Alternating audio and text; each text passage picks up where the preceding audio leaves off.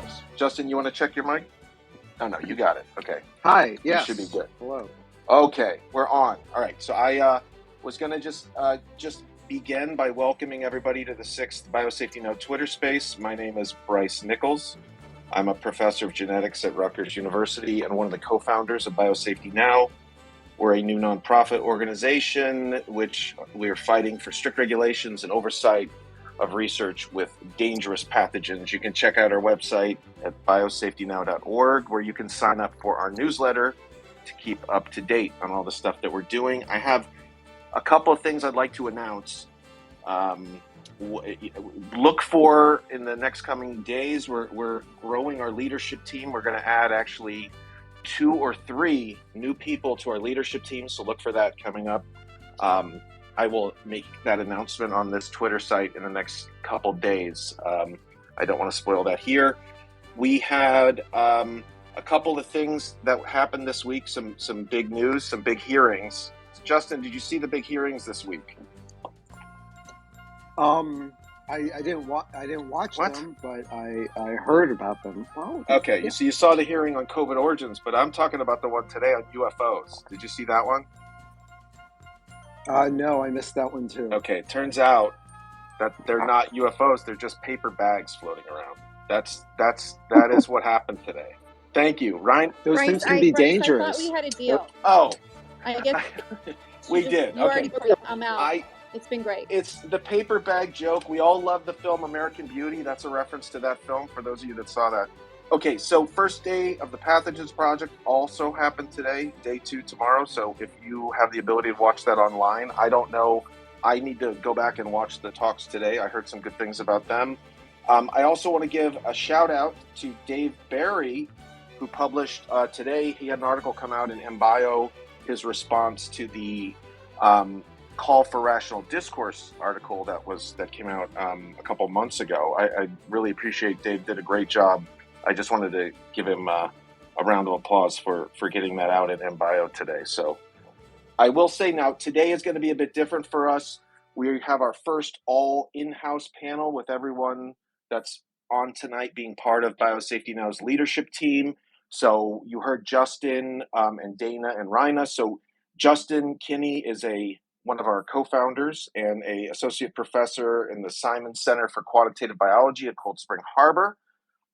Dana Parrish is an author, health reporter, entertainer, award-winning songwriter, and board member of the Bay Area Lyme Foundation. And as I mentioned before, my mother's favorite member of Biosafety Now's leadership team. She holds that title. And then making her first appearance on the Biosafety Now Twitter Spaces, we're very excited to welcome Raina MacIntyre, who I guess, Justin, did you want to introduce Raina, or do you want me to say a little bit more? I mean, I think I could. Oh, well, why don't you say a bit more? Okay, so so you're going to talk about the book that she recently wrote. So Raina is simply just amazing. She's a world-renowned epidemiologist and biosecurity expert. She's a professor of global biosecurity and head of the biosecurity program at the Kirby Institute in the University of New South Wales in Australia. She's going to be talking today about the dark history of unnatural epidemics. We would run out of time if I had to list all the awards and honors that she's had throughout her career. It's really, when she joined Biosafety Now, I was extremely excited to be able to, it's really an honor that she joined our leadership team. So it's great that you are part of our group, and I'm very much looking forward to hearing you talk about Dark Winter, your recent book, and generally about the history of unnatural epidemics. So I'm going to turn it over to Justin and Dana, who are going to be leading the discussion today.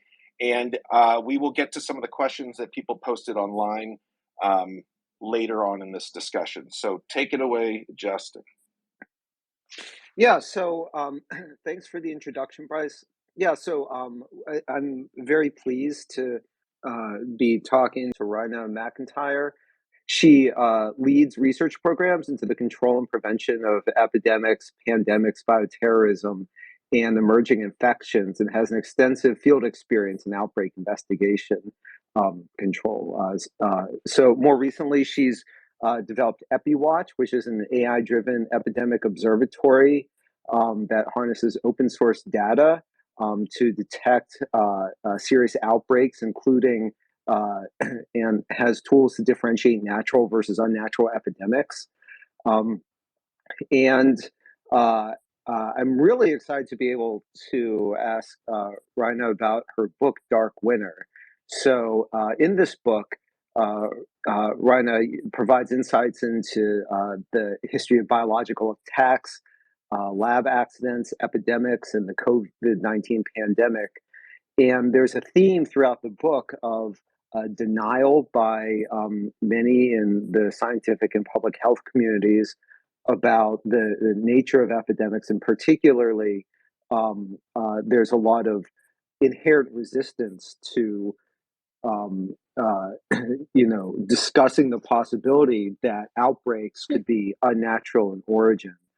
And MacIntyre, very much in line with what we at what Bryce and I kind of imagine would be Biosafety Now's purpose. She argues in the book that the solution is that the cannot just come from scientists, but must come from the community, which must have a voice on the future of biosecurity and other issues such as that. So I'm going to stop babbling. Raina, thank you so much for joining us. I'd like to start by asking if you can tell us a bit about your background and how you became interested in unnatural epidemics. Sure, yeah. Thanks for the intro, Justin and Bryce. So I started my career as a physician and then did applied field epidemiology training. And I was actually going to become a cardiologist, but everything I did in the field epidemiology training was about investigating outbreaks. And that just, I never looked back after that. I went on to do PhD in infectious diseases and then for a while combined clinical practice and research. But then after I had children, I had to let something go. So I just focused on the research and worked for a long time at our National Centre for Immunisation Research. So I have a lot of background and history in vaccines and vaccine preventable diseases. But I was always interested in more than that. And during that time, I was on a particular committee that was stockpiling for like a bioterrorism event. And it just struck me that, smallpox was being dismissed as unlikely and, not that important. But I felt that the way it was being approached was just on probability of an attack. And so I did a piece of work where I developed a more nuanced risk analysis method to look at prioritizing planning for bioterrorism events. And that ended up published that in a journal called Military Medicine and ended up getting this award, a sort of unsolicited award called the Henry Wellcome Medal and Prize. And that kind of spurred me to keep working, especially on smallpox. I've done a lot of work on smallpox since then and the potential re-emergence. And then, in 2017, some scientists used synthetic biology to create a very closely related orthopox virus in a lab. And that really changed everybody's view on the likelihood of smallpox re-emerging, that, you didn't have to break into the CDC or Vector in Russia to steal smallpox or variola, the virus that causes smallpox, that you can actually make it. So that's where I sort of, and all the research I've done in related areas around unnatural epidemics has tracked along with very momentous changes in scientific technology, which now I believe makes biological research an existential threat to the human species. The kind of technology that's out there now is absolutely mind-blowing.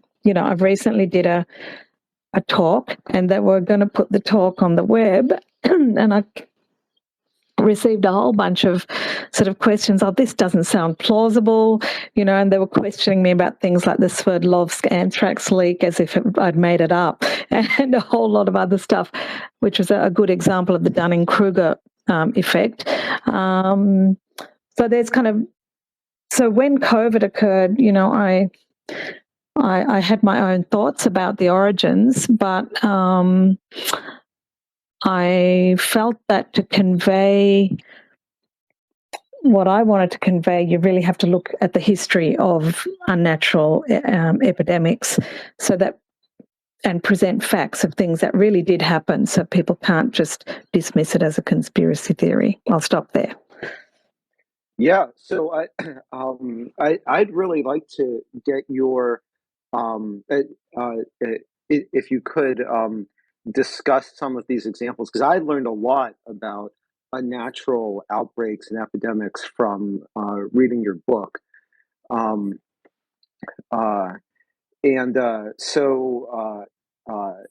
just let people know that the central theme of your book is that scientists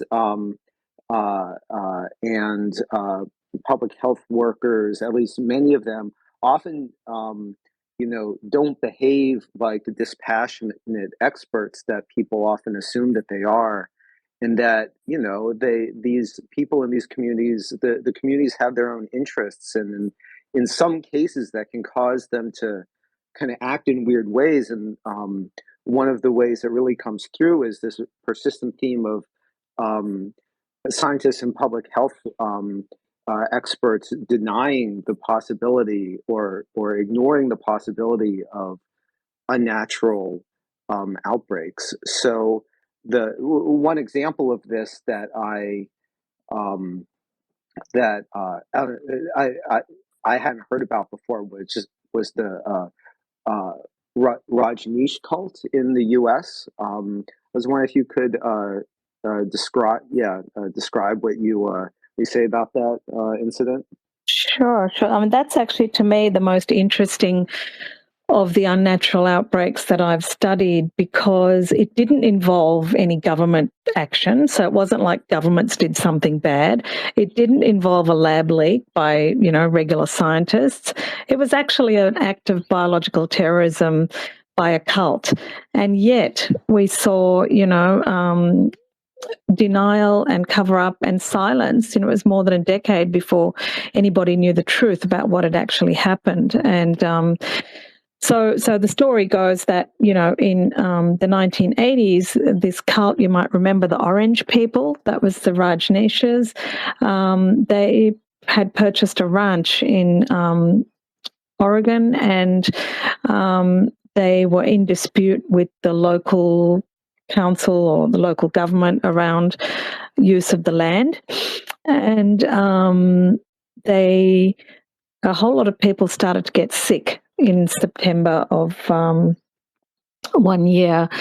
And so the state health department began investigating, but the outbreak got so big, over 700 people were sick, that they called in the CDC. So we had the best experts in terms of technical expertise. The best experts were there investigating it. And they found out pretty quickly that everyone who got sick had eaten out at a restaurant, but not just one restaurant, at least 10 different restaurants. And they investigated, was there a common ingredient or a common food? Was it the milk? Was it the water supply? It was none of those things. They couldn't find a common link, except that each of the restaurants had a salad bar. But the restaurants that had, some of those restaurants had a private dining room as well as a salad bar in the public dining area, and they served the same food in the private rooms versus the public area, but only people who ate in the public area got sick. So, I mean, obviously, when I'm talking about it now, I think everyone can see one of the possible explanations is someone deliberately contaminated the salad bars. But the public health authorities just didn't want to consider that, and they said it was unhygienic food practices, even though the examination of the different restaurants did not uncover any major hygiene issues. There was a politician at the time, Jim Weaver, And if you watch this documentary on the Rajneesh cult on Netflix called Wild Wild Country, I'd really recommend it. It's quite riveting. I binge watched it over a whole weekend once. It's an amazing. I found out things I never knew about that cult, about the kind of things they did to target individuals with, poisons and other types of toxins. And so this politician, Jim Weaver, said, I think the Rajneeshis did it. And of course, the public health authorities shouted him down. What would you know? You're just a politician. And then he tried to go to the media, but he was ridiculed. And then 6 months later, the cult leader, Rajneesh himself, confessed that they'd done it, but nobody believed him. This is a bit that I use when I teach about this in a course that I'm involved in on bioterrorism, where even a confession wasn't believed. So what do you need to prove a biological attack if even a confession by, a crazy cult leader isn't believed? And then a full 12 months after the outbreak, the FBI did a raid on the ranch for immigration purposes, not related to the outbreak. And quite by accident, they stumbled on the lab. So the Rajneeshis had a lab on their ranch, and they found the exact outbreak strain, which was quite a rare strain of Salmonella being grown there. But they also had, so that was Salmonella typhimurium, but they also had Salmonella typhi, which is the bacteria that caused typhoid. But I think, and it turned out, the reason that they did this was they wanted to win the local election so they could control the land issue. And they'd initially brought homeless people off the streets of Portland to come and join their cult, their commune, and vote. But the local authorities determined they were not legal votes. So then, as Plan B, they decided to poison the town water supply just before the election so that people will be too sick to vote, and only their cult members would go and vote, and they'd win the election. Now, no one could ever imagine a reason like that, which is why it's really important to just look at the facts and analyze the facts rather than try to think up, but why would someone do it? I don't believe it because I can't think of a reason. That's just that, but that's what we do all the time. We say, I didn't know anything about that. I've got no facts. I don't believe it. Therefore, it's not true. Whereas the facts were very clearly pointing to an unnatural outbreak. Raina, can I ask you a question? Sorry, Justin, to butt in. That case is fascinating to me. And as you say, I believe that's the largest bioterror incident in the U.S. history, right? The largest documented one, yes. Oh, there we go. I like it. But did they decide to use a less harmful strain? Because the objective, now this is where bioterrorism is really different to terrorism, physical terrorism. In physical terrorism, the desire to incite terror is there. But in biological terrorism, it often isn't. Often it's the motive requires stealth, right? In this case, to win that election, to their advantage, they didn't want anyone realizing it was actually unnatural. Therefore, they didn't use typhoid. They used the more common garden variety Salmonella typhimurium. Now, the other thing I'm wondering about that is I saw... Yeah. Oh, sorry, Justin. One more question here. You mentioned they were a cult. And if you look at the videos, I mean, maybe they're embellishing they just look like there would be something suspicious going on. I find it very strange that there was this lack of belief that essentially cults would be up to something like this. Is that, am I looking at it through a modern day lens? And when you see those videos and you see the behavior of the commune or whatever, it's obvious that they were up to something strange kind of, or is that, I don't know. I think, one thing good about public health is generally people who go into public health are more concerned about populations and equity and, things like that. And so they wouldn't be quick to judge people based on their appearance or the way they dress or their religious beliefs, right? And that's fair enough. I think that's a good thing about public health. But in this case, I think the problem was actually that there's a dominant paradigm around outbreaks involving food, and most outbreaks involving food are due to unsanitary conditions. And instead of looking at the facts and trying to figure out why the facts didn't quite make sense, they forced the facts into a belief. And the belief was foodborne outbreaks are caused by unsanitary conditions. So they force the facts into their belief, and that's a normal human thing, right?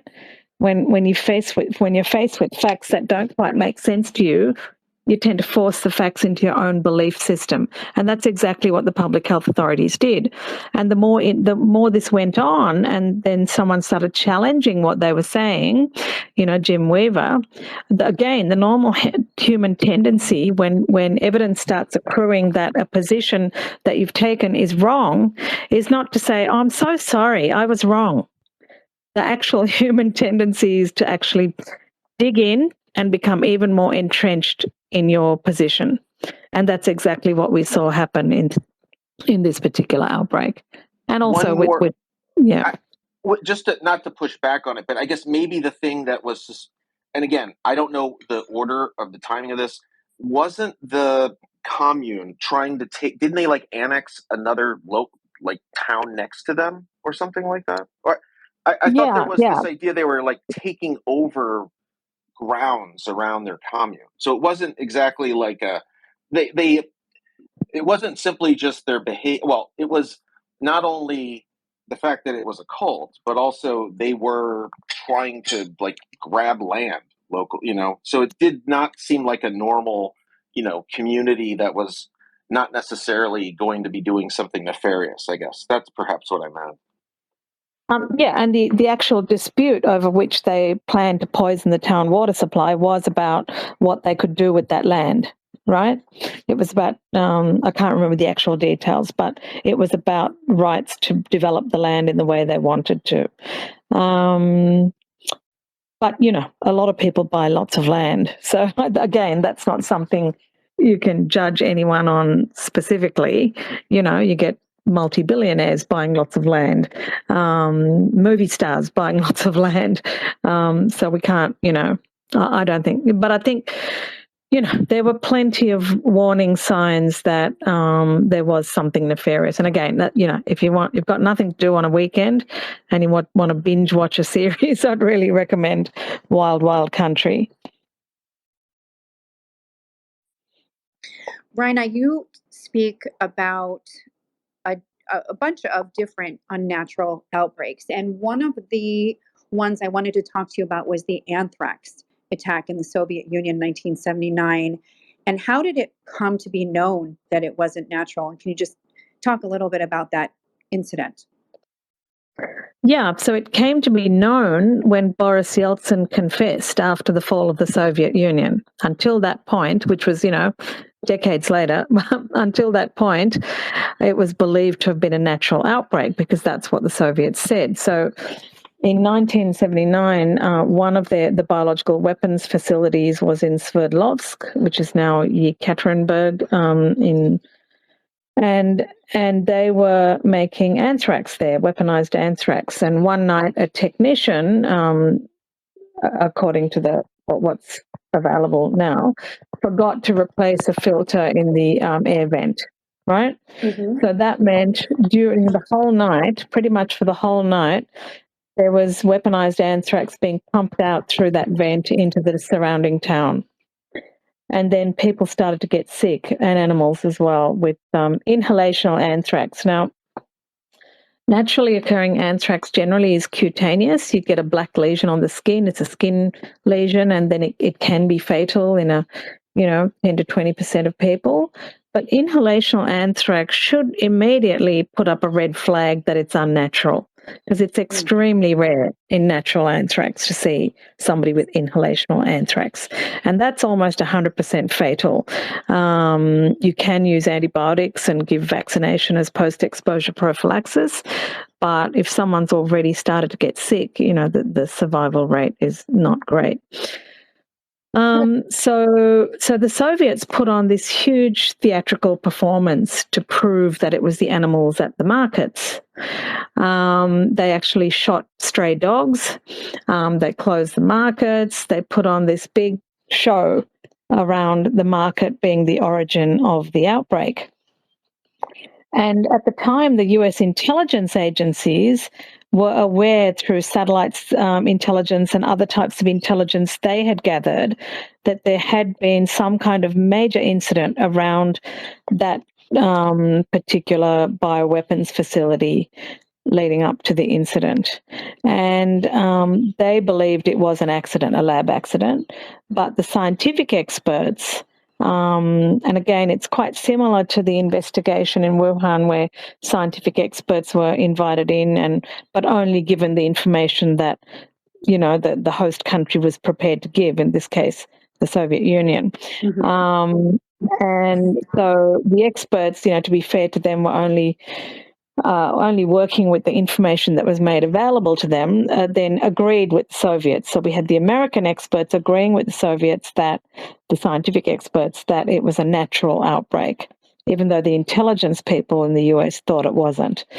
And then, after Yeltsin confessed, then the American experts went back in and did a more thorough investigation in a era when there was more cooperation and openness and transparency, etc., and a lot more became known about the outbreak. But still, nobody actually knows the death toll. The official death toll from the Soviets at the time was just under 100 people, but it could have been a lot greater. And cases occurred at least 4 kilometres from the site and possibly even much further than that from the site. So it had a huge impact. Wow. So is the risk, when you talk about outbreaks and pandemics, is the risk greater with an unnatural outbreak or natural? Well, what I argue in the book is that today, simply by the march of technology and the kind of technology available, how cheap it is, how accessible it is, and to how wide a stakeholder group it's accessible, and I talk about the explosion of do-it-yourself biology as well. It's not just research institutions and universities doing this kind of research. There's do-it-yourself biolabs, and just as we've seen a proliferation of drug labs in regular suburban homes, you can set up a meth lab in your kitchen. So too, can you set up a biolab if you so wanted to? Now, and we have methods published in open access journals, which are available to anybody, on how to create an orthopox virus, for example, like smallpox, or how to create, a polio virus, or a range of other, viruses. People were doing. There's been a huge, in addition to synthetic biology, there's the other big field is gain of function research or genetic engineering to enhance the properties of a particular pathogen or virus. And so we've seen this, even the scientists who did the orthopox virus, the horsepox experiment in Canada, actually said in one of their papers, it is no longer possible to eradicate any virus because it can be made in a lab. Uh-huh. And they also published the exponential decline in the cost of the technology. So it's not like it's the cost is a prohibitive factor. So anyone with the will and the motive can do quite dangerous research, either officially or unofficially. And the unofficial part, law enforcement is sort of way behind. They're catching up with cybersecurity, but they haven't even really started to think about what they need to think about in terms of biosecurity, because it's very analogous to cybersecurity in that the technology has kind of advanced in quantum leaps, and regulatory authorities are just playing catch up. But in biological technology, we're like a decade behind cybersecurity. So it really is the wild, wild west out there. And I suppose many scientists are fighting to keep it, to retain their freedom to do the kind of research they want to do. But as Biosafety Now is concerned about where that could lead. And we believe that you need more regulation simply, and it's getting more dangerous as time passes because of the continued acceleration of the technology. Yeah, I think this is largely unknown in the public domain, and you just you raise so many important points and questions that, I learned reading your book. I mean, I had no idea the extent to which people had access to some of these tools and could do nefarious things. Justin, I know you have a question coming up. Yeah, well, I just wanted to underscore that point. As an experimentalist, after COVID, when I started looking into, started reading up on how you actually do research with chimeric viruses, I was just terrified to learn how easy it is. Like, it's not hard at all, and there's no laws preventing scientists or other people from just doing whatever they want. Well, I think in the U.S. The only laws are about there are laws for smallpox, but that's it. So like you can make chimeric viruses. You can do anything you want. There's just no laws preventing you from doing it. And for people who have the resources and education to do it, and you don't need a lot of resources, it's terrifyingly accessible. Um, so so Raina,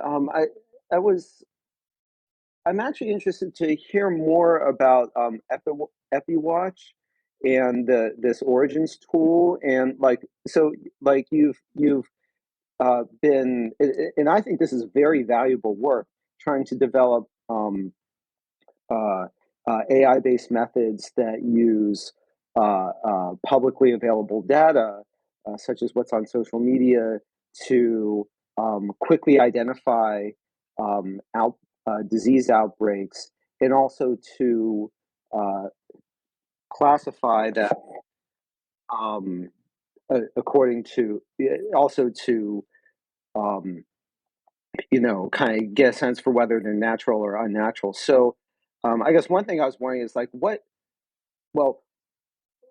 what are the hallmarks of like an unnatural outbreak or an unnatural epidemic as opposed to a natural epidemic? Like, what sort of signals would one look for in order to distinguish those?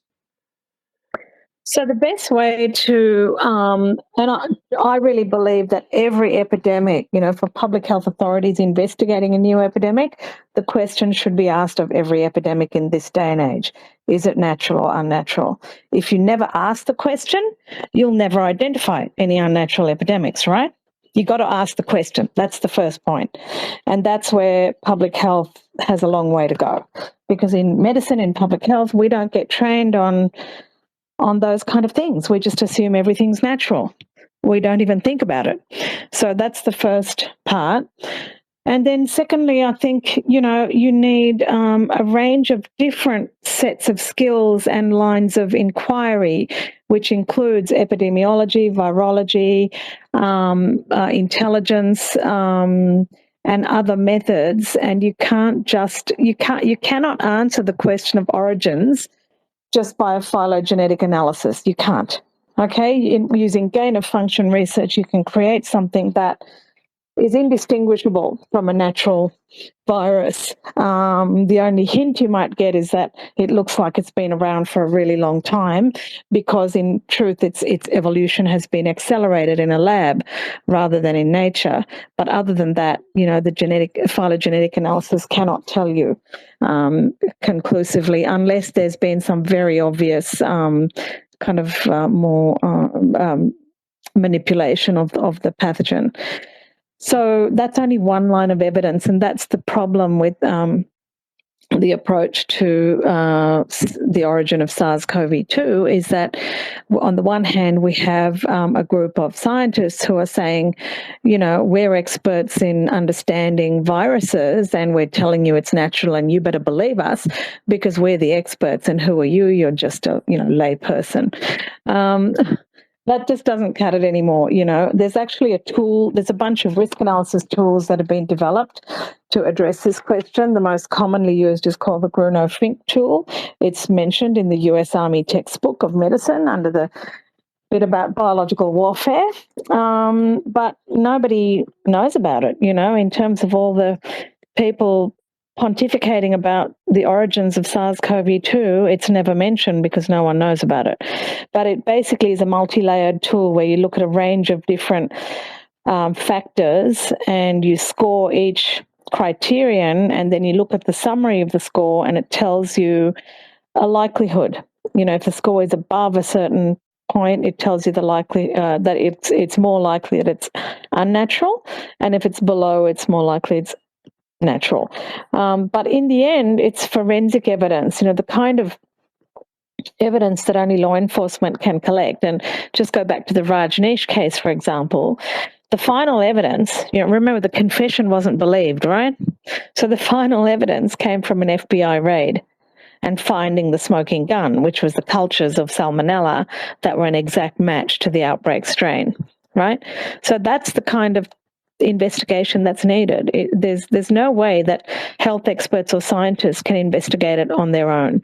You need a very multidisciplinary, broad-ranging investigation to answer a question of origins. Raina, I'm sorry. I know that I got to butt in again because you said something at the beginning of that answer that I want to really go back to because I think it's critically important. You said that you're not trained to think it's a unnatural origin. So I guess one, could you elaborate on that in terms of how you're actually trained, one, and then two, how did you become a skeptic of that? Or how did you then break the mold of always thinking about it as natural instead of considering unnatural? So, when you look at, so medical training is a medical degree and then you do an internship and you practice medicine. It's not any part of that. In terms of other public health practitioners from other, areas that could be from nursing or allied health or science or other backgrounds who go into public health, again, generally you'll do a master's in public health, and it's not part of that either.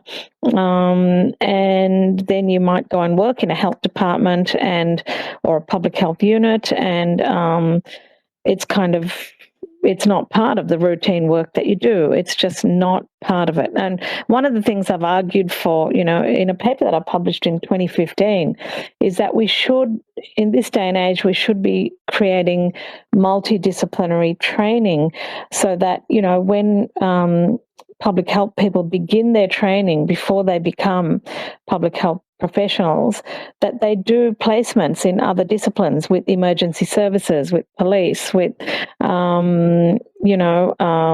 forensics, etc. So they learn about, not only do they learn about other disciplines and learn to think about a particular problem from a different perspective, but they also build networks and relationships that will be enduring. And this is something we've seen is a problem in major epidemic responses going back to Ebola in 2014, for example. There was a lot of conflict between responding agencies, between different sectors like health, military, law enforcement.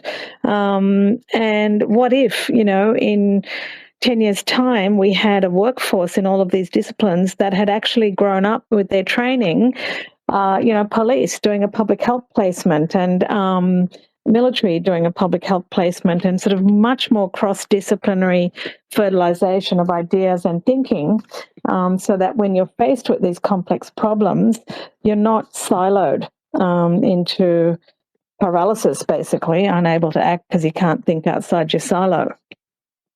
Well, but who is the go-to person initially to sort of drive investigations into origins? It's epidemiologists, right? Or I'm just wondering, why is it that? Well, it's varied throughout history. Usually it's been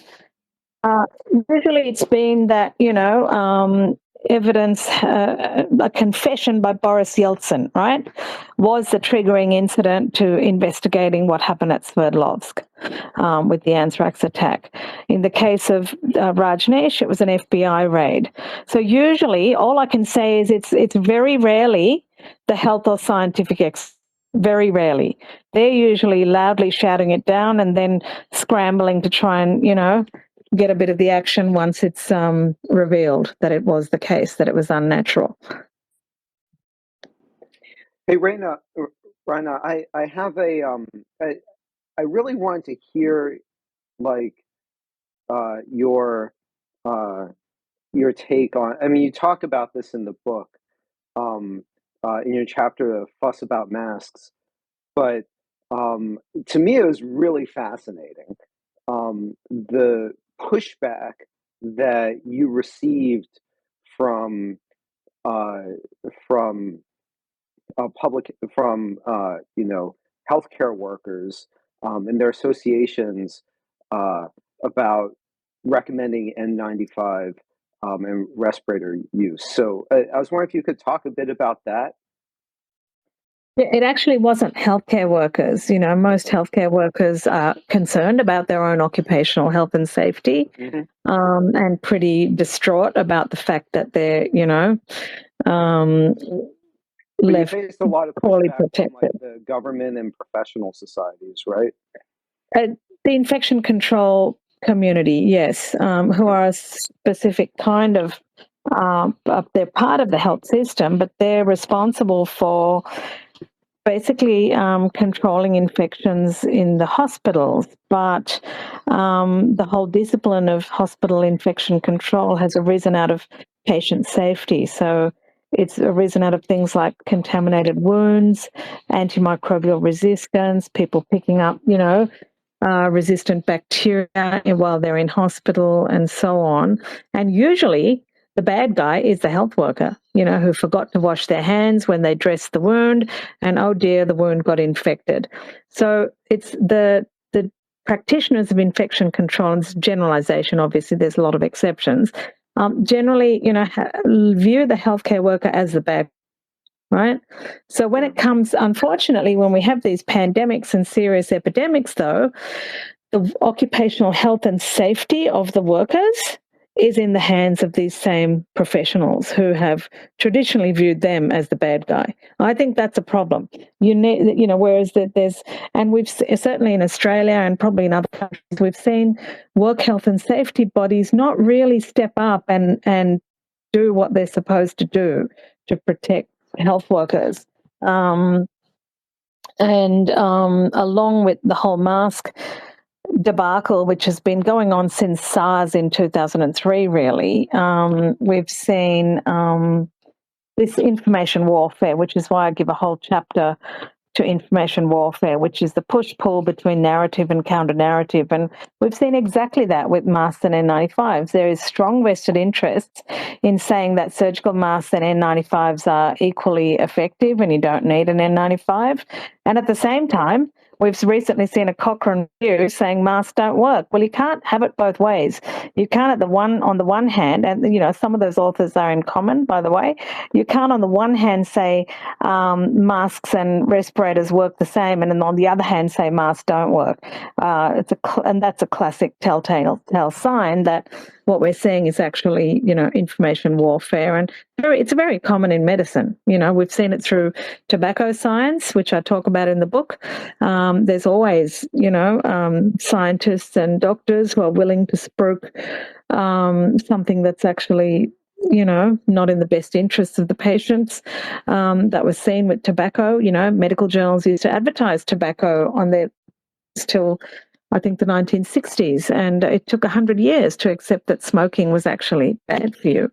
And then, also talk about the example of stomach ulcers and Barry Marshall and Robin Warren, who won the Nobel Prize for realizing that stomach ulcers are actually caused by bacteria, and how that was met with huge pushback by the gastroenterological community. And 20 years later, they won the Nobel Prize. Can we talk about the But pharmaceutical role in that? Because I think that's huge what you're talking. I think most people don't know this story about Barry Marshall and Robin Warren. And it's also in my book, in our book.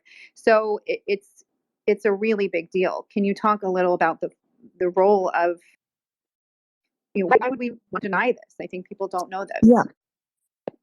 So at the time, I think it was the 1980s when they made their discovery, it was believed that stomach ulcers were caused by stress. And the treatment was seeing a psychiatrist or a psychologist for treatment of your stress, which was obviously a long-term treatment, or surgery. And then the drugs, the H2 blockers, and you might remember drugs called Zantac or Tagamet, and other drugs coming on board at that time, they were the first drugs to break the billion-dollar sales ceiling, the first kind of mega drugs. And of course, if you had a diagnosis of an ulcer, you had to be on those drugs for life. Yeah. Now, if on the other hand you accepted that it was a bacteria that caused stomach ulcers, not stress, then one course of antibiotics could cure you. So there was, a huge vested interest in pushing back against the findings of Marshall and Warren. And, Barry Marshall, certainly in the 90s and early 2000s, when I've heard him speak,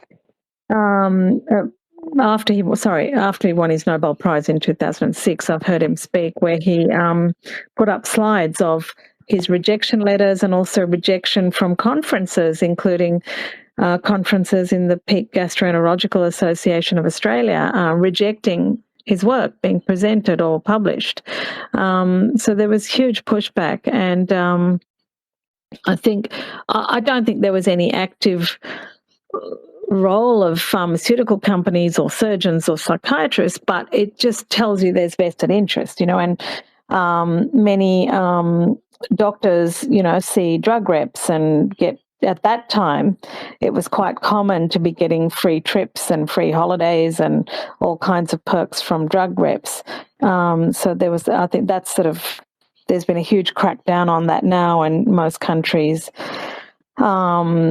make it much more difficult now to accept gifts of that nature from drug reps. But at that time, there was heavy influence. So some specialists and doctors had, a lot of their career and their funding and whatever was coming from that wanted nothing to change in the status quo of stomach ulcers. Mm-hmm. So how did, just for everybody listening doesn't know, how was it finally settled? What caused this? Like, what did they do, scientists? Well, I think how they did the experiment was basically, Koch's principle. So I think Robin Warren noticed a bacteria in some stomach specimens under the microscope, and then they identified the bacteria, Helicobacter pylori, and Barry Marshall swallowed some of the bacteria in a liquid, and then they biopsied his stomach and proved that he developed, the sort of precursor pathology of ulcers, and that was it. Very simple science, but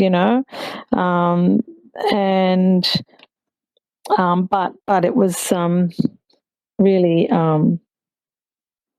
there was a huge amount of pushback against that finding, and in the way that it became accepted, it's just that they won the Nobel Prize, and medical students after that time grew up learning that as a fact. The people who objected to it probably, retired still objecting to it. And so, we see so much. That's such an amazing story, and it's such a perfect example of information warfare. And now we're seeing it in so many aspects of COVID. And I get this question all the time from people, what's going on? Is the virus less dangerous? Do I not need to protect myself from it anymore? Why should I still care when the rest of my friends are going on with their lives and not wearing masks? And, are you still protecting yourself? And like, what needs to be understood by the public in terms of the health impacts of COVID right now that we're not really being told? Yeah, it's quite a diabolical virus, really, because it does much more than cause a acute illness. It's much more. The effects of COVID can be much more than just the initial respiratory illness. So it's a very the virus has a huge impact on the blood vessels, on the vascular system, and you can get microclots, microthrombi that persist for a very long time. There's now evidence that in a proportion of people, including from an NIH study looking at autopsies, including in people who had mild COVID who died of other causes, that in a proportion of people, the virus persists in the body. It remains in your body. Yep. And probably keeps triggering the immune response and triggering. We know now that it triggers autoimmunity and other kinds of immunological dysfunction, and it's neurotrophic, it's neuroinvasive. It causes a range of neurological effects, including, on cognition. And there's numerous studies now showing an increase in onset of dementia following COVID, but other peripheral neurological effects as well. So we've just published a paper on all the effects it has on the heart. So it can directly kill your heart muscles. It can cause heart attacks. It can cause blood clots in the lungs. It can cause cytokine release that results in a sort of prothrombotic state and increased coagulation, which influenza can do that too, has effects on the heart, but the effects of COVID seem much more widespread on the heart. So when we look at, recurrent infections, what is it going to do to us in the long term? It is wildly reckless to be just laughing it off and telling people they're paranoid for wearing a mask or wanting to protect themselves, when the body of evidence that has accumulated in the last 3 years is actually showing the potential for serious long-term pathology. And what we call long COVID is actually a patient-driven term. The term was devised by patients, not by doctors, because it was denied and still is denied by a lot of the medical profession. I heard Ziad Al-Ali, who's published a lot of papers from the DVA in the US on long COVID and long-term effects on COVID, done a really seminal body of work. And I heard people commenting after one of his talks, that just minimizing it all and saying, oh, it's not real. It's, so there's it's again that phenomenon of when you minimize COVID, if you started out as a minimizer and saying it's just a cold, get over it, forget about it, wear a mask, get infected, it's good for you, it'll prevent more infections, get infected to prevent infection. Once you take that position, then as evidence accumulates that this is actually a really harmful virus, then the natural human tendency is to dig in even more and get fanatical about defending your position rather than saying, I'm really sorry, I was wrong. This is a dangerous virus and we should be preventing it. And then you've got that sort of ridiculous, childish reaction about lockdowns. The minute you say, let's try and prevent COVID, everyone gets hysterical about lockdowns. Now, nobody today is asking for lockdowns, but we're asking for simple things like widespread testing. The more you test, the more likely you are to prevent transmission, because someone who tests positive is less likely to go out and infect other people, and also more likely to get antivirals, which will reduce their infectiousness and so on. And, wearing masks and isolation. When you've got COVID. Now, most countries have removed mandatory isolation. So you can have COVID and go to work and infect everyone else. Terrific, Yeah. Well, and there's no focus on clean air. That's another really big concern of mine. We're seeing more and more focus, and there's a lot of great research going on in terms of far UVC or germicidal ultraviolet C radiation. So I think in probably in 10 years' time, we will see big changes in terms of how we manage public spaces for more passive methods to clean the air. But in the meantime, just empowering people by telling them, your risk of getting it is from breathing it in, not from touching a doorknob. If you empower people with knowledge, then they can do simple things like open a window to reduce their risk. But if you hide it from them, then how can you expect people to take personal responsibility?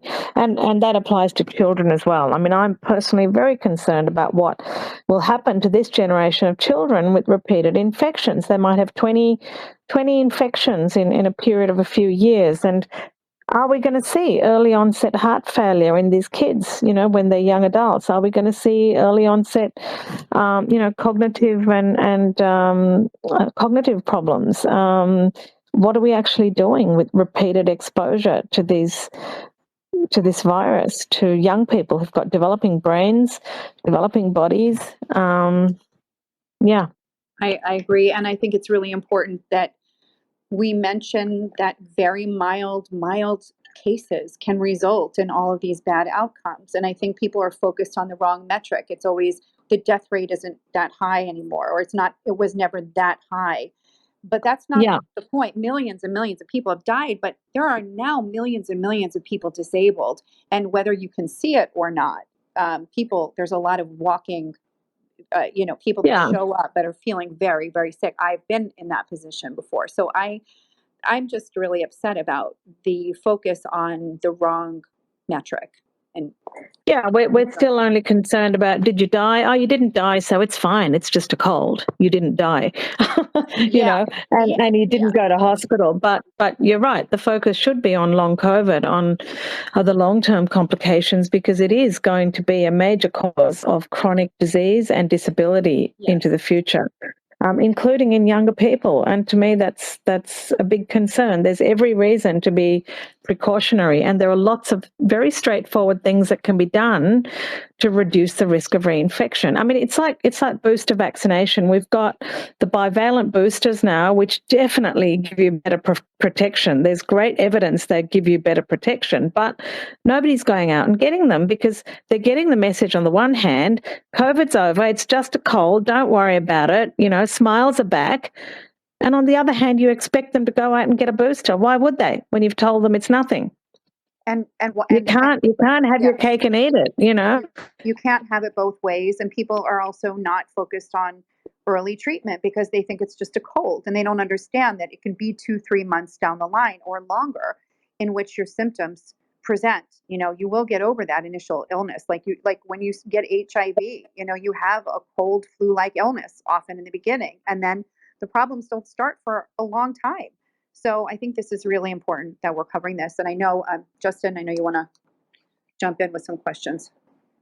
Oh, Raina, I wanted to just ask you some of the questions that people have, that some of the listeners have posted on Twitter. So one question has to do with these 3 feet versus 6 feet distancing precautions. What's your take on these distancing precautions with COVID? Yeah. So in general, if you come face to face with someone who's got COVID, the closer you are to them, the greater the risk. However, I think that the problem with the thinking around risk of infection is that the way that it's thought about by the majority of people who write policies about it is as a single ballistic event. They think about, you come across someone with COVID, they cough in your face, the droplet lands in your eye or up your nose or in your mouth, and you get infected. But we've got to change the way we think about it. It's actually the cumulative aerosol dose in the air. It's what it is you're breathing in the air, that in the space where you're at, because you think it's the time that you're in space. We need to think about it as more than a single ballistic event, but a range of different factors that come together. Are you wearing a mask? Are you not wearing a mask? How long are you in that space? What are the activities being conducted in there? So for a health worker, for example, their shift might be 8 hours. There might be 20 people with COVID in there, including staff symptomatically infected. So every time those people with COVID breathe, they're breathing out virus. Every time they speak, they're breathing out virus. A cough or a sneeze might be relatively rare, but they're breathing continuously. So in 8 hours, the breathing and speaking is going to contribute a hell of a lot more virus than the occasional rare cough or sneeze. And the air is going to have virus in it. So you could be walking down a corridor or in the elevator where you breathe in air with virus in it. And that's your biggest risk of getting infected. It's not somebody coughing into your eye, although that may infect you as well. We need to think about it more in a more nuanced way, considering the duration in the environment, what activities are being undertaken, and what PPE is being used. So, thank you very Wait, much. Justin, can I ask a question? I want to. I'm on Sure, this Bryce. this I'll thing. let you ask a question. I'm on this real kick about this because it's driving me nuts. I want to talk about Omicron because you're on the show, Raina. I just called it a show. It's a space. Omicron to me is a big problem, meaning that I see a lot of like we're talking about just SARS-CoV-2, the wild type strain. It's difficult enough to acknowledge that the likelihood of that being a research related or non-natural origin. But then on top of that, we have the emergence of Omicron and the discussion of how that emerged, given how strange it is relative to the existing strains that were circulating, the genetics of it. Can you talk about that a bit? Because I know that you've discussed Omicron before, and the sort of the discussion around whether it also has an unnatural origin. So I don't think I'll discuss that, but I'll just say that Omicron, it's the term Omicron applies to a large number of subvariants that are actually also very distant from each other, as distant from each other as the first Omicron variant was from the other previous variants. So, but they're all being called Omicron. Well, the first one that came out, it seemed that. So it seems like Omicron arose in South Africa. That's where it was first discovered. But it was, just go back a step and think about simple Darwinian principles of evolution, right? It's selective pressure. So if you've got, if the dominant strain before Omicron was Delta, then most of the virus circulating around the world was Delta. You would expect from simple selective pressure that the next variant would be closely related to Delta. But it's not been the case, not from D614G to Alpha and Beta and Gamma to Delta. That hasn't been the case. And again, from Delta to Omicron, they've been quite distant. The main theory, which is plausible, is that these variants have arisen in immunosuppressed people who don't clear the virus. And that's been shown that people who don't clear the virus can have a lot of mutations arising over time with chronic infection. But the odd thing is that, there was some research published showing where the research question was, how can you, about engineering a super mutant version of SARS-CoV-2 that was that had, and it had about 20 mutations. And then when Omicron arose, a few months after that research was published, it had all the same mutations plus some that were in that published paper. So, you have to ask the question, was someone inspired by that research and doing related research, trying to, Yeah. I don't know. I don't know the answer, and that's all I'll say about it. But it is. You have to ask the question. Someone published a paper. That's the key point. Yeah. This is what drives me nuts, and it goes to your point you're saying before that it's taboo to even talk about it when it's and frankly, if Omicron has an unnatural origin, imagine the blowback that will happen if the Look, larger I public don't say believes that. that. I don't say that in the book. I just No, I point out know. I'm some saying that. facts that, No, yeah, right. I understand that. We're not taking a position. I'm saying that it is not even something that's discussed yet while we're talking about the original virus and its origin. In yeah, particular, too, given that there were those experiments that took place at Boston University in the Needle, where they were also, they were engineering a new virus that also, in theory, could have then gotten out. The point is that I don't. It, we shouldn't shy away, from discussing the likelihood that these new strains, if they look unusual, maybe they did have an unnatural origin. I don't think that should be something controversial, but I see time and time again the way it's discussed, at least on Twitter. I apologize. I don't know where else it's discussed, but there is this tendency to mock that, to denigrate it, to make it seem like it's insanity. And I think that my point is that I really think that what you're saying is that mindset needs to end. So we shouldn't be yeah. ones I that mean, sort of buy into that. lab acts really, really common. And I go through a number of examples in the book, and I mentioned the American Biosafety Association. They catalogue all known lab accidents, and you can spend days reading through it. So when people tell you, oh, they're rare, they're actually not rare. They're really common. It's just a matter of human error usually, and human error, of course, is really common. So I think if we want to, manage biosafety better into the future, we need to at least acknowledge that error is common. So, Raina, do you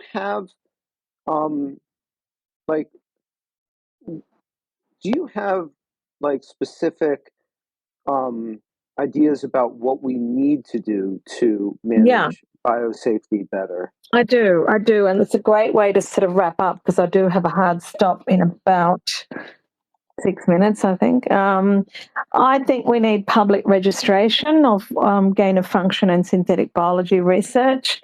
It seems an impossible task, but it is achievable.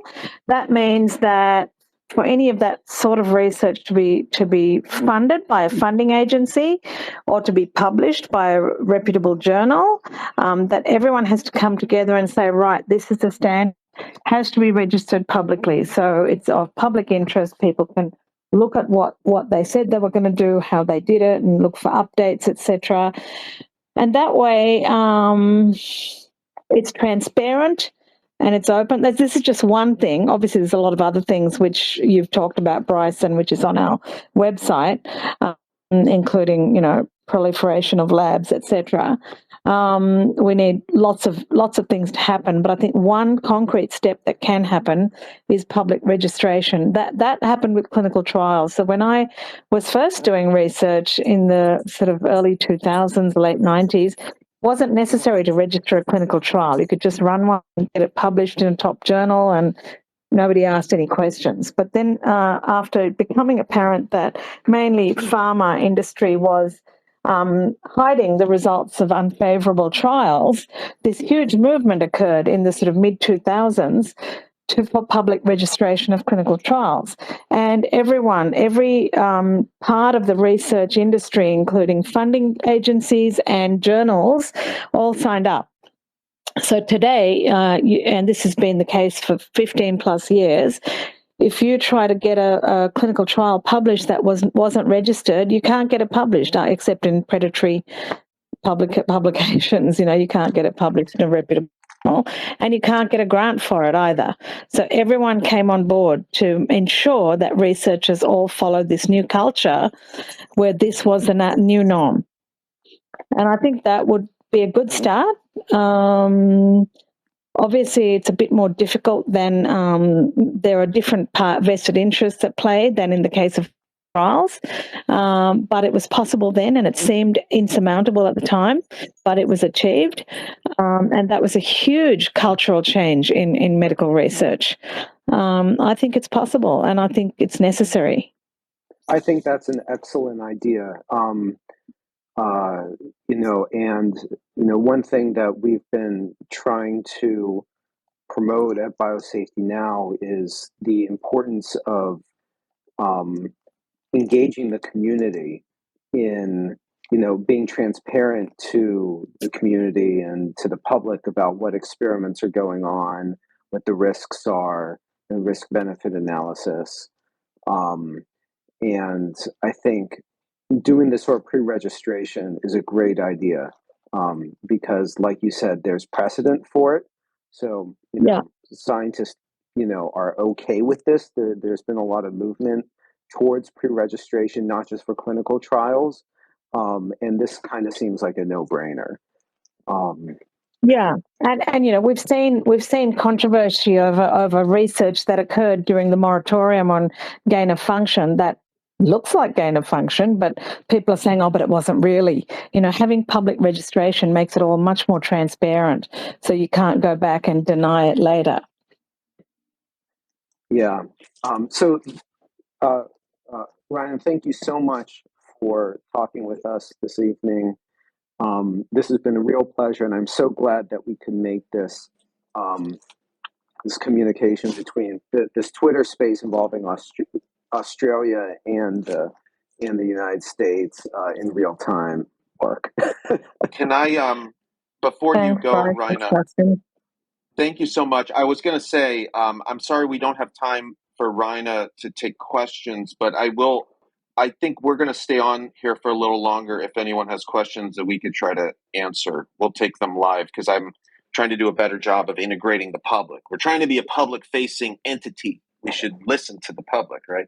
But Raina, thank you very much. For joining us. I don't know, Dana, you want to say just something? Thank you, Raina. It was great to talk to you as always. And we're editing the podcast you and I did at the moment, and we cannot wait to put it out very soon. So thank you so much for your time once again and your brilliant insights. And buy Dark Winter, everybody. It is such a good book. It blew me away. I read tons and tons of books, and this was a humongous standout, and also quite eye-opening and revealing. I cannot believe the things I learned in this book. So thank you, Raina, for everything. Yeah, thanks, Dana. Thanks, Justin. Thanks, Bryce. Thank you very much for hosting me today. Thank you, Raina. Thank you. We'll see you again. Please Hopefully come this back. is the first of many. Come back Definitely as much come back. as you can. Yes. Thank you. Bye. Bye. Bye. Bye. Okay, I am going to unmute. I just want to underscore what Dana said. You should buy Raina's book. I learned a lot from it. It's super, especially if you want to be creeped out. And if you have a bit too much, if falling asleep at night is a bit too easy for you, buy her book and read it. I see Steve. I see my partner in crime here, who's also on the biosafety advisor. Well, what do we call it? What do we call it, Bryce? Your leadership. It's a leadership team. You're the leadership team. Leadership team. Yeah. Okay. I'm sorry. I have so many. I've got to keep so much lingo straight. But I see Stephen Phillips, my partner in crime, Dr. Phillips here, and maybe you want to say hi, Steve. I asked him to join, but so Shri has a question. I asked Steve to join. He has not responded. He might be on a desktop, so he might not be able to. He might be playing hard to get as well. Hi, Shri. Shri is a really good friend, and seriously, one of the smartest people I know. Of course, besides he has taught me so much about air quality, masks. Him and my friend Nicholas Smith are just seriously two of the most informative, educated people in terms of this subject. So, hi, Shri. Hi, Dana. Thank you. Thanks for the introduction. Yes, I guess, are we taking questions for Dr. MacIntyre? Well, she left. I'm sorry. That was my bad. So I guess you can ask, what is your question for for Dr. MacIntyre? We could try to, I guess we can't answer for her, but what is your question, I guess? Any question I guess, yeah. you have? Sure. Yeah, I think Dr. MacIntyre mentioned that that the virus does all sorts of havoc on the cardiovascular system and all the other systems of the body. It's pretty it goes all over the place, and I'm well on the extreme end in terms of precautions, in terms of N95 masks and good air filtration in the house and in the school and the office everywhere. It's a struggle to convince everyone that they need these things, and so I'm wondering to what extent, to the skeptics, that are out there, they might be wondering, well, okay, yeah, the virus does all these bad things to the body, but the body's also very resilient. Even if you see something going wrong, the body finds ways of fixing itself. And, so the brain is known to be resilient, and all the body systems are designed to be, fault tolerant. And so, to what extent do all these bad things that we're seeing in the body uh, actually translate necessarily into harm, or is it a risk? Just like other toxins that we have like air pollution and any number of other things that are out there.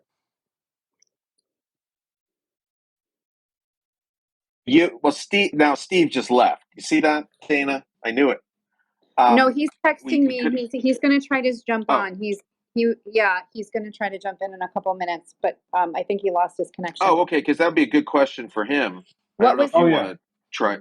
What was the? I'm sorry, Steve was trying to text me to get on, and I missed your Oh. question. I'm so sorry. What was was it a long COVID question?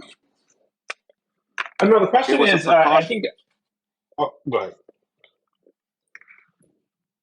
Sorry, go ahead. Oh, I'm sorry. You want to repeat it? Steve said he can. I think he's saying now he can jump back on. And go ahead, Sri. Why don't you, if you don't mind, just telling me the question? I'm going to try to get Steve to get on and answer. Yes, the question is that Dr. MacIntyre mentioned that that studies are showing that the SARS-CoV-2 virus is causing all kinds of havoc on the brain, on the heart, on the cardiovascular system in the brain, and we're seeing all kinds of evidence of damage in various studies. But then the question is, the body is also known to be quite resilient, and redundant in ways. And so, like I'm very cautious myself, but I know a lot of people around me are not as convinced that these viruses do, do as much damage. And so, I'm wondering for the skeptics, how do you, like, if the body is itself very resilient, in a lot of ways, and let's say to air pollution or to other, environmental assaults. Is this real? How do you translate those studies into actual outcomes for someone who, or like not even outcomes, but like are those things we really should be worrying about, or are they indicators that something might be going on and we just don't know the answer? Steve is here. Thank you, Steve, for joining us. I'm. Can you hear me? Yes. Sorry about that. Oh, great. No, Yes. that's great. Thanks for joining. Yeah, I actually do have a question, not just to speak and hopefully help educate, but I'm not sure because I'm not aware of if the data exists. But Raina was saying about and I agree, the multiple exposures that kids are getting, 3, 4, 6 times per year. What's going to happen to them in early adulthood?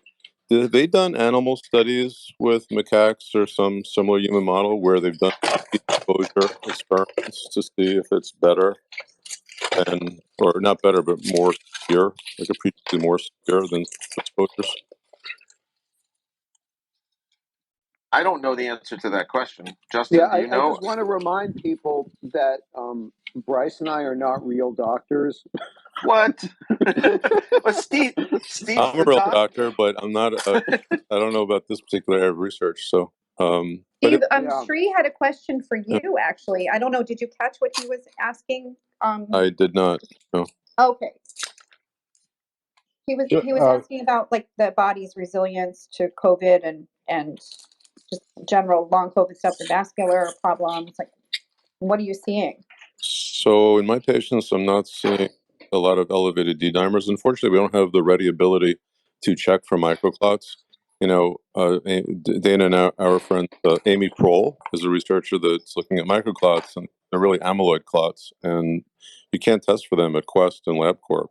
So we have a great difficulty of finding them, and there's not routinely, there's no metric that's routine. So from the ways that we can test, from looking at fibrinogen and D-dimers, my patients have done very well, but I've always treated them early on and treated them with a multimodal approach. I've never relied on just Paxlovid. I usually 3 and 4 treatments, and thankfully they've done well. In terms of the body's resilience, I hate to say that my patients have done well, but I think my patients have done well for a variety of reasons. And I do think that one thing that people are not looking at, I just talked about this in an interview with Dr. Bean a few weeks ago, and I wasn't certain at first, but I am fairly certain now, is that I think there's a component of asymptomatic vector-borne infection, which then gets activated. There's all this data that COVID can cause immune dysregulation and reactivation of other infections, but vector-borne infections are routinely dismissed and maligned and ignored. And the data is very, very strong, and it's not at all controversial that the numbers of asymptomatically infected people out there with things like Lyme and Bartonella and other infections that people haven't heard of vastly outweighs the numbers of people with symptomatic infections. And what happens when these people get immune dysregulation? Those asymptomatic infections become symptomatic, and does this partly lead to the burden of what we're seeing, like part of the puzzle of long COVID? I think that it is, because we've treated over 100 long COVID patients in my office at this point, and we've gotten response rates in the high 90s from just really simple antimicrobial treatments. Wow, Would that's there, really interesting. sorry, Steve, would there be a way of testing? Oh, by the way, Shri, I'm sorry, I had to mute your mic because there was some background. Is there a way of testing reactivation? I mean, that's a naive question because you're saying the treatment, you see a response when you treat with antibiotics, but is there any way of Not, testing a reactivation? there are some metrics, like with Lyme, there's something called a CD57 natural killer cell, which is a rare type of white blood cell that goes down with active infection with Lyme. But in terms of Bartonella, things like inflammatory metrics, CRPs, and vascular endothelial growth factor, these things are not specific, though. CD57 has been compared against AIDS patients in the old days and against normal controls, and it's published to be low. But things like C-reactive proteins go up with everything, every infection, basically. So, what we do see, which is fairly specific, is we see Herxheimer reactions. The patients get worse before they get better, and that's characteristic of a pretty defined subset of vector-borne infections. So, pathogenic spirochetes, things along the Bartonella and Brucella spectrum, the bacteria that causes tularemia, and the bacteria that causes Q fever. Those are 4 classes of bacteria that can cause Herxheimer reactions, and there are very few others that do.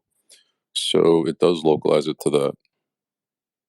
You said that I didn't catch exactly what the pronunciation of that. What was it? A Herxheimer. A Herxheimer is defined. Herxheimer. Okay. Yeah, defined as a worsening of symptoms before people get better, and it very much localizes the disease process to a bacterial infection that can cause Herxheimer's, because things like somebody gets a urinary tract infection or a routine community-acquired pneumonia, they don't get worse before they get better when they're treated.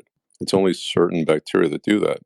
And the long COVID patients are flaring up. They come in with brain fog and fatigue. We treat them. They get more foggy and more fatigued in the first 10 days, and then they start to improve.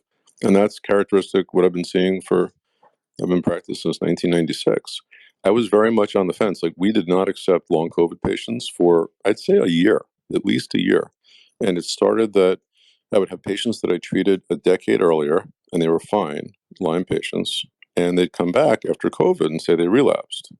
And I'd treat them, and then they got better. And then the second one came in, and the third. And by like the 4th or 5th patient, I would joke around and say, if you didn't know you had Lyme before, you'd be diagnosed with long COVID right now. And if you look at the symptom list of Lyme and long COVID, it is literally 90+% overlapping.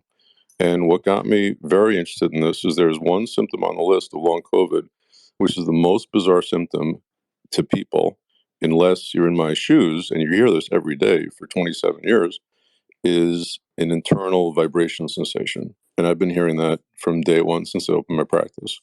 And it's like a humming, buzzing sensation. It's on the long COVID symptom list. And it's one of these symptoms that Bartonella patients get.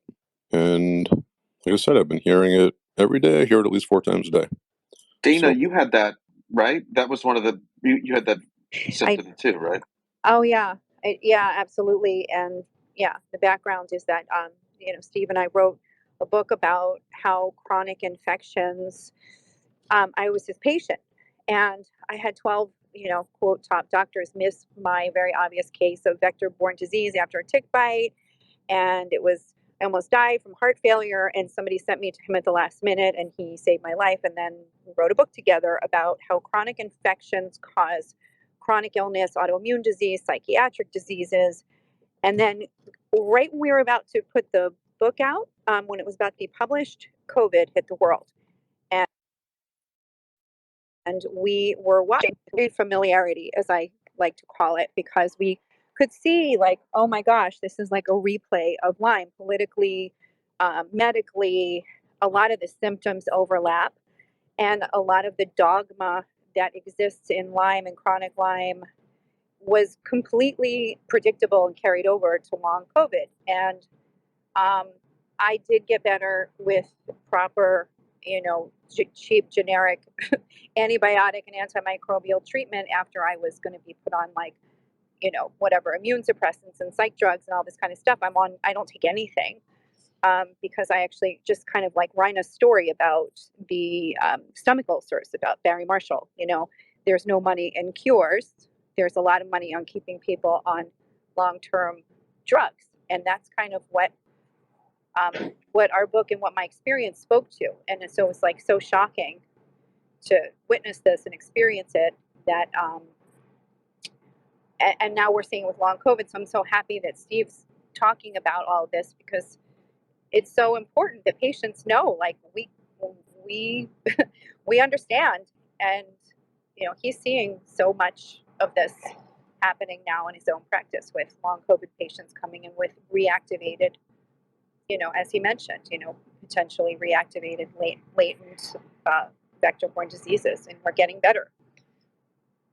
Can I, you mind if I try a question from Shafir? Are you guys ready? Now, Shafir, when you come on, you got to have a question, right? I'm gonna unmute you here, and a relevant question, all right? Not a.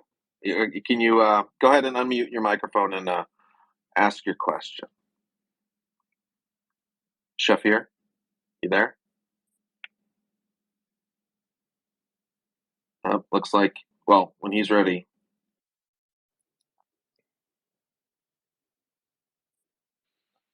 So I guess. Oh, there you go. All right, go ahead. No, sorry, I accidentally. This was an accident. My bad. Oh my gosh. Well, that's not okay. Well, at least you admit that you made an act. You don't have a question. Any question? No, I don't. No. I was just listening and actually looking up more about the chronic book. Oh, okay. Yeah. So you want to know more about the chronic book?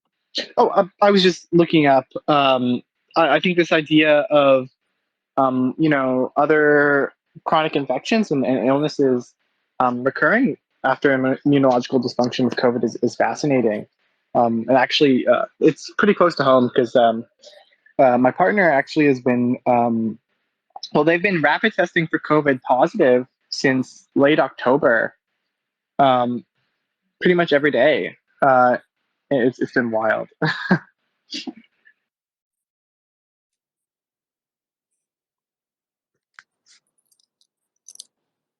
Well, you want to say something about the book? I mean, you want to. I think this whole thing, to me, it's fascinating. I mean, I've spoken a lot with Dana about this. Part of the issue, I guess, that you face is this question of why, right? Why? Yeah. Why do people want to minimize stuff, and what's the incentive? And then you get into the monetary piece, and then people start to claim you're conspiratorial and whatnot. And that's why that ulcer really example hard. is really fascinating. It's very similar to the H. pylori story. I mean, Yeah. as Raina said, like, Zantac was the first $1 billion blockbuster drug. Look at Enbrel. I mean, Steve can probably quote the numbers on immune suppressants, but what are we suppressing? when we're suppressing our symptoms, a lot of times we're suppressing a chronic stealth pathogen. I mean, and you know, some of these can be treated, and you won't need to be on these drugs. And that's my story, but that's also a lot of people's stories. And he's got thousands of patients who it's their So, story. So and it's my personal story too. But the issue is that we have become a purposefully immunosuppressed society, largely because the levers of power in big pharma do not have a profit motive to look into the causes, like Dana said, of chronic inflammatory illness. And there are so many randomized controlled trials, let's say, for rheumatoid arthritis, showing that antimicrobials work and placebo does not. There are antibiotic trials showing that antibiotics that do not have anti-inflammatory effect work and placebo does not. Because the big criticism of antibiotics is say, oh, it's working, but it's working because of its anti-inflammatory activity. Not all antibiotics have anti-inflammatory activity, only a subset do. And the anti-inflammatory activity that they have is minimal. It's far less than a single Advil. And I think there's like 14, something like this. And how many does it take? How many does it take for public interest to be to be raised, to have awareness of this thing? And if there is a better way, and by better, I don't just mean less expensive, I mean a healthier way, because it's not healthy to suppress people's immune system for the duration of their lives. And what is going to happen now in the context of COVID or other infections? I don't think it's any surprise that Candida auris arose, you know, contemporaneously with the rise of immunosuppressants in the population. I think this is a big price to pay in terms of chronic infectious diseases as we go forward. And I think it's kind of madness, to be honest. Can you explain that point you made about Candida reemerging? I guess if people don't know about that. Candida auris is a species of Candida, which even in the United States results in a 60 to 70% mortality. It was discovered around the same time. I think it was discovered in Japan. They call it auris because they first found it in somebody's ear. It's a highly transmissible, highly virulent Candida that is resistant to almost every antifungal. We only have 4 broad classes of antifungals. Antifungals are hard to find because fungi are actually closer to mammalian cells than bacteria are, so they share many features. So a lot of antifungals can't be, they come up, you discover them, and you realize, oops, they affect mammalian cells, and then they're off the list. So they have a big problem. It's much harder to discover benign antifungals than it is to discover antibiotics. So yeah, and it's fungi are rapidly developing resistance. People talk about antibiotic resistance all the time, and they really don't talk about so much fungal resistance. It's a huge problem in some parts of the world. Aspergillus, like 90% of strains are resistant to antifungals at this point. So yeah. All right, I'm gonna try Ray. We're gonna try Ray. Remember, it's a question, relevant question. Here we go. I'm gonna try that. I'm trying to get better at taking questions because I've been criticized for my letting people go on tangents. So let's see if we get Ray. Ray, how are you doing? Are you there? Hey, I am here. You can unmute your. Okay, let's hear your question. You got a question? All right, yeah, and it kind of falls right in line with what you're talking about. Thanks for holding the space.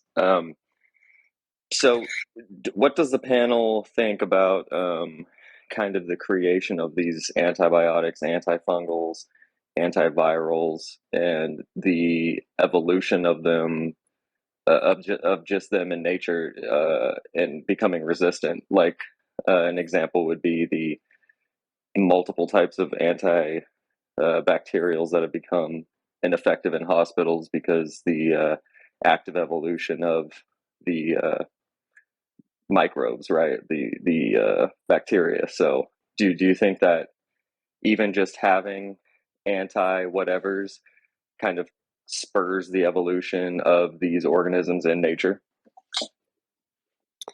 It's not so much in nature. It's usually in the hospital setting and in nursing homes. There's definitely, for sure, the overuse of antibiotics for conditions that frequently don't require antibiotics. I mean, it was famous in the time when I was growing up. I'd go to the pediatrician with nothing. I'd get amoxicillin and a lollipop. I mean, it was just the thing that they did. There's so many studies showing that ear infections, the majority of them do not have to be treated with antibiotics, but a lot of times patients would want some resolution and feel like they're getting somewhere, and the doctors were poorly trained and they just give them antibiotics. And conversely, for things like vector-borne infections that require antibiotics, I mean, these things maim and disable and can kill people, but more frequently they disable people and ruin their lives. Those things that where they should be treated with aggressive antibiotics, that's the part where they were dismissing the illnesses and not allowing them to be treated. So there's a real big discrepancy. The stuff that doesn't have to be treated has been historically overtreated, and the stuff that really needs to be treated has been historically undertreated. And yeah, it's been driven by antibiotic use, and now we're at a state that we're quickly approaching like the pre-antibiotic era, because bacteria, just like fungus, it's a similar problem with the fungus situation. They're so resistant that there are bacteria that can't be killed by antibiotics. There are now Pseudomonas strains that are multiply resistant to pretty much everything. I mean, this is a problem that was an issue when I was in training 30 years ago. We had to put on gowns and stuff to try to stop the spread of vancomycin-resistant, pathogens. And now it's so commonplace that it's just everywhere in the hospitals. So I go also ahead, wanted Justin. to add that so one of the co-founders of Biosafety Now, Richard Ebright, he's actually he's made the point that one obvious thing that society could do to try to address the increasing drug resistance of bacteria is to try and develop new antibiotics. There's every reason to believe that it should be possible to develop new antibiotics. And in fact, Richard has developed a new class of antibiotics, but there's just no interest in it from the pharmaceutical companies because it's not profitable, and there's not much interest in it from the U.S. From the National Institutes of Health. So, like, there is a lot that scientists could be doing to try to identify new antibiotics, but we're not doing it because there's the incentives, the financial incentives just aren't there. And That's it's very correct. frustrating. You're Justin, exactly right. I Sorry, would Bryce. I just say, don't understand yeah, why go ahead. NIH didn't. I just don't understand. You're exactly right. There's no profit motive in it because they're generally short-term treatments. I just don't understand why the NIH, why they're not doing it if they're not a profit-centered organization. Like there's a massive need, and it's a real question that should be asked to these people. I think it's almost to the level of some type of Senate hearings. Why are you not developing? Why are you not funding? Why is this not happening? Why aren't you getting? It's not that hard actually to develop new antibiotics. Like I said, it's very hard to develop new antifungals. Relatively easy to get new antibiotics, and you're absolutely right. It's not happening. It's crazy. Yeah, actually, well, there's several points I'd make. I mean, one, of course, I actually am sitting in the Waxman Institute, named after Selman Waxman, who coined the term antibiotic, which is also worth noting. Richard is also here at the Waxman Institute and has been a champion of trying to push for changes in public policy to make companies develop antibiotics. Because really, the thing is, I guess when you say develop them, it means kind of take initial compounds and make them available, effective in humans. And it's really mostly a public policy issue. It really has nothing to do with anything other than just sort of being a little bit creative. I think they talk about like push and pull incentives for development of antibiotics that would actually make it desirable for companies to develop them because it's not a traditional model for how you make money off a drug, but it's one that would work to incentivize companies to develop them. But I'm really fascinated, Steve, that you said that there are uses of antibiotics that are actually not being taken advantage of. You would think that there would be a desire for pharmaceutical companies to actually, deploy their antibiotics to situations like you're talking about. Why are they not doing that? I don't really know in terms of pharmaceutical companies. I mean, it's still not going to be profitable compared to immunosuppressants, which are used for 40 years or something. It's still going to I only, see. like, my average patient is treated between 6 and 9 months of antibiotics. So it's a longish term. And when I say I'm using the term a bit loosely. There are antimicrobials that are not in the antibiotic class that have also been published to work against many of the microbes that are at the heart of these illnesses. So I use them whenever possible to be antibiotic sparing. So we use a lot of regimens, and a lot of them are actually non-antibiotic antimicrobials as well. Steve, before I have to run, Yep. I have you here, which is great. Um, one of the most frequently asked questions that I get probably almost every day is, how do you treat early if you have COVID? And, this is an issue close to both of our hearts. We've been ranting about it for 3 years. Well, most people were not thinking about it or were quiet about it. And I thought, since you're here, maybe you could just talk a little about how you are having such good outcomes with your acute COVID patients. Well, I've been treating with all of the early options that have come about as they've come about, way before Paxlovid came about, and I didn't stop using the prior options, and some of them very much horrible PR campaign against them. So I don't want to get too controversial. Things like ivermectin, whatever. In my experience, ivermectin worked very well for the initial strains and worked subsequently less well with each new variant, and that's been my experience with ivermectin. However, I use Paxlovid, obviously. I use metformin. I have used non-prescription supplements, the things that everyone else is using, like vitamin D, vitamin C, zinc, quercetin, Benadryl, lactoferrin. The supplement list is kind of onerous, and I give people this list of like 15, 20 supplements, and they groan. But that's what I give them, and I say, you can pick and choose. You don't have to take all of them, but I would take at least half of them. And it's only for 10 days, so suck it up. Because if these help 2% or 3%, it's not like there isn't published data favoring these things. There's, randomized controlled data that giving vitamin D upon entrance to the hospital reduces the conversion to ICU rate by a factor of 25 times. So these are not small changes that we're talking about. It's just that I think that vitamin D acutely in COVID is very much underdosed by a lot of people. They're taking a few thousand units when they should be taking generally much more.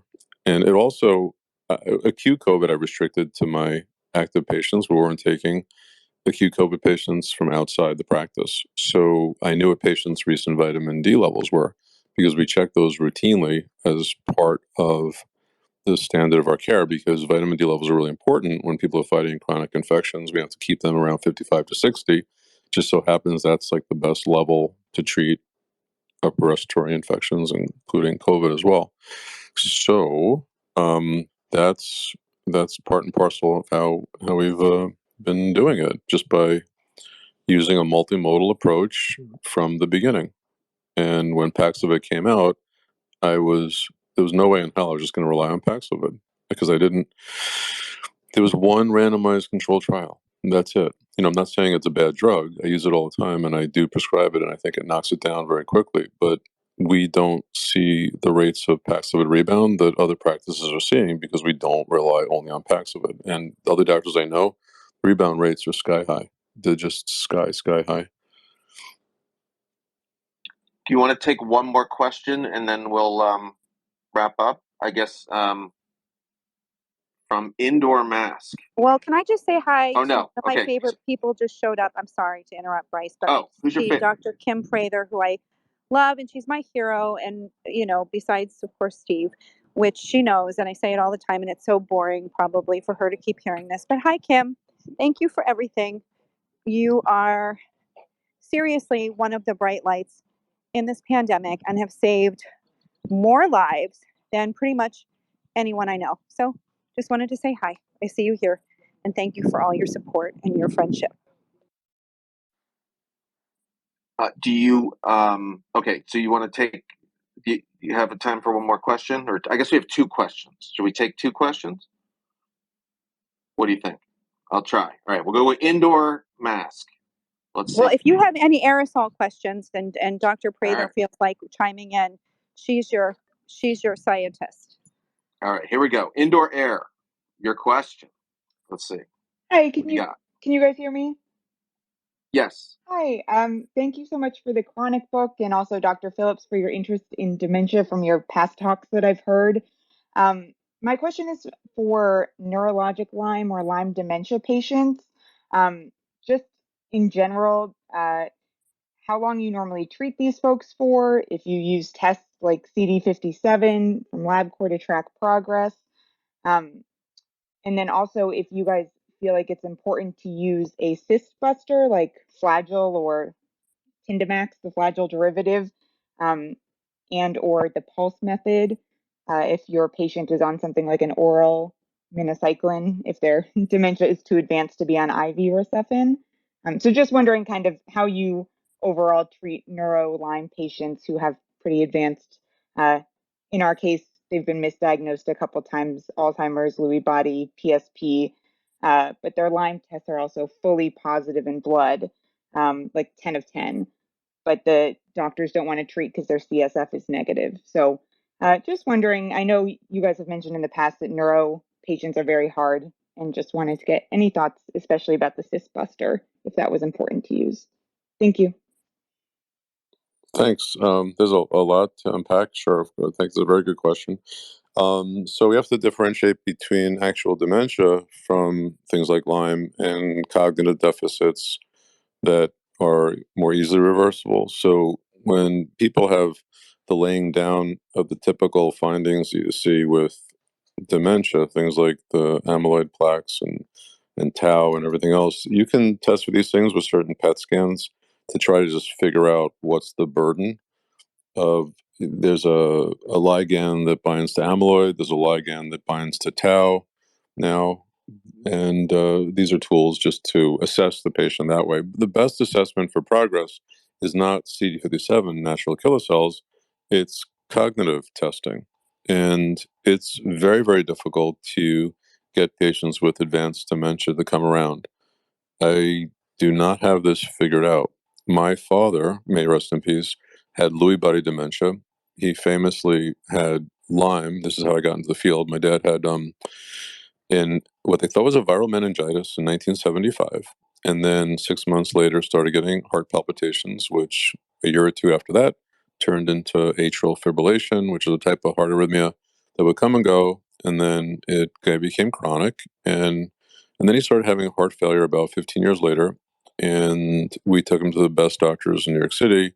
One of his cardiologists was President Clinton's cardiologist. And despite all the top doctors at all the top teaching hospitals in New York City, because we lived just outside the city, his heart function progressively declined, and they wanted to give him a heart transplant. They said he's got 6 months to live without a heart transplant. I was just finishing up residency, doing research at Yale in Lyme, and long story short, I treated him for Lyme and turned his heart function around, and that's it. He never had heart failure again, but he did develop dementia many years later, and we don't know what percentage of that's from Lyme versus some toxic exposures. There are many roads that lead to dementia.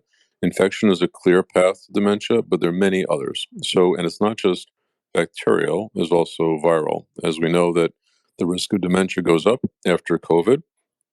In 2016, Harvard researchers made this big announcement. They put salmonella, which is such a routine, boring bacteria, in the brains of mice, and the mice reacted by making amyloid. And amyloid is the aberrant protein that's famously present in Alzheimer's. And they showed that amyloid was actually an antimicrobial peptide, that if mice didn't have the ability to make amyloid genetically, they would die of a bacterial infection. And other researchers showed that mice that genetically couldn't make alpha-synuclein, which is the aberrant protein in Parkinson's and Lewy body, those mice died of a viral infection that they put into the brain. So these proteins that are really accumulating in these neurodegenerative illnesses actually play a role in preventing us and animals from dying from both bacterial and viral infections in youth. And evolution really doesn't care what happens in old age. It just cares what happens when you're young enough to pass on your genes, and then Mother Nature basically turns its back on older people. So I just wanted to lay down a little bit of context there to tell you just how difficult and multifactorial this whole process is.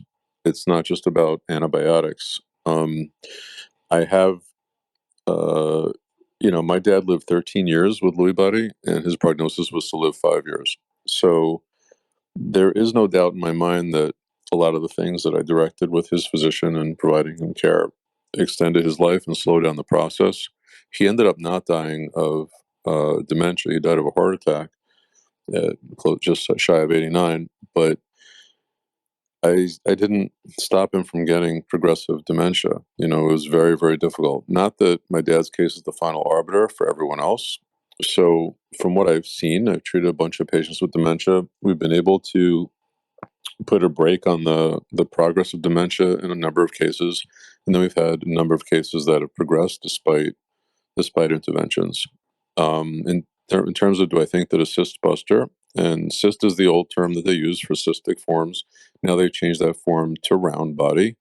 And just for your listeners, it's just a type of mutated bacteria. When they fought about Lyme for so many years, and 35 years of fighting, after 35 years, they find out that they can't kill these bacteria in the test tube with the antibiotics that are purported to cure Lyme disease. So doxycycline, ceftriaxone, which is the IV antibiotic, amoxicillin, and Ceftin. And Ceftin is the only FDA-approved drug for Lyme. None of those antibiotics, which are the 4 antibiotics recommended by the IDSA, which is Infectious Disease of America, none of those antibiotics actually kill Lyme in the test tube, which sounds crazy, except that it's true and is published many times now by Johns Hopkins, Tulane, Northeastern, even Stanford's getting in on the act, and you just can't make this stuff up. You say they're claiming that it's so easy to cure, and you can't even kill the bacteria in the test tube where it's no place to hide. So what the listener has just asked about was cyst forms, which is one subtype of these persister forms, and Flagyl and tinidazole do kill that form. Unfortunately, they're kind of a rodent carcinogen, so I try to stay away from those things, but they can be effective. Tinidazole is more effective and generally a bit less toxic than Flagyl. So I don't use Flagyl at all, and I rarely use tinidazole, only extreme circumstances. There are many other antibiotics that also kill these persisters and combinations of antibiotics. And Johns Hopkins has traditionally led the way in publishing these combinations. The problem is they're only published in vitro. They haven't done any clinical studies on which are the best combinations. I started using pulse therapy, which is going on and off antimicrobials, in 2002, because I was treating like the other doctors back in from 1996 to 2002. And I was just so impatient because my patients were taking years to get better. And as soon as I switched to intermittent rounds of therapy, the treatment courses were cut down by 75% in duration. And people weren't just getting better quicker, they were getting more better. They were getting more durably better, and they were getting, much more completely better with these courses of intermittent therapy. And I hope that answers your question. Thanks, Steve. Well, that was, I guess we don't have any more questions, so I guess we can wrap it up, and I really appreciate you coming on. Anything else that you guys want to add? Well, thank you for joining, everybody, and I'm just thrilled that we could bring out Dr. MacIntyre to you, because she has such a unique, specialized set of knowledge, and she's brilliant. And I think it's really important that we get to talk about the origins of pathogens without prejudice. So I'm really appreciative that we got to talk to her today.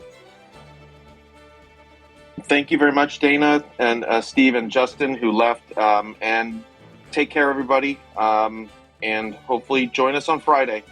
Have a good one. Bye. Thanks. Bye-bye. Bye. Bye.